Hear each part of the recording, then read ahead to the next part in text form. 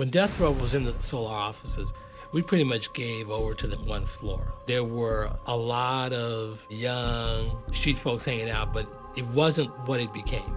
Unfortunately, there was a lot of tension.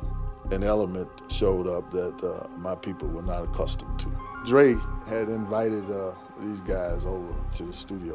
When Suge came, these guys were using the phone. There was a phone that was in the studio that was reserved for me to call on. And Suge would make it clear to everybody that phone should not be tied up. Because of my situation, it was hard for me to communicate, so the phone could not be busy. So he told them, hey man, get off the phone. So the guy says to Suge, hey man, we were invited up here by Dre. And Dre told us that we could use this phone. By challenging Suge about the phone and also challenging Suge about his authority, them just found themselves in an awkward position. An argument ensued.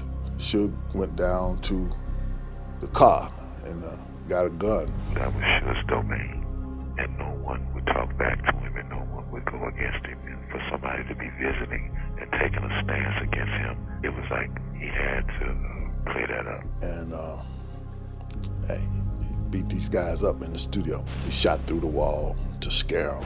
The hole is in the wall over there. The cops came and dug the bullet out now. George and Linwood Stanley later sued Knight. He agreed on a $1 million settlement, but only paid a third of it.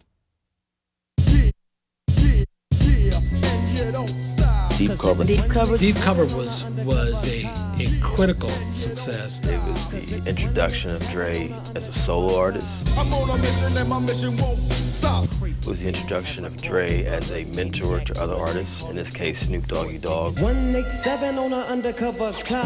Yeah, and you don't stop. Cause it's 187 on an undercover car. Yeah, and you don't stop. By Snoop blowing up on Deep Cover, I looked at that like we were all blowing up, because I always knew we did music together, and I always had confidence in our music that it would sell and it would sell worldwide.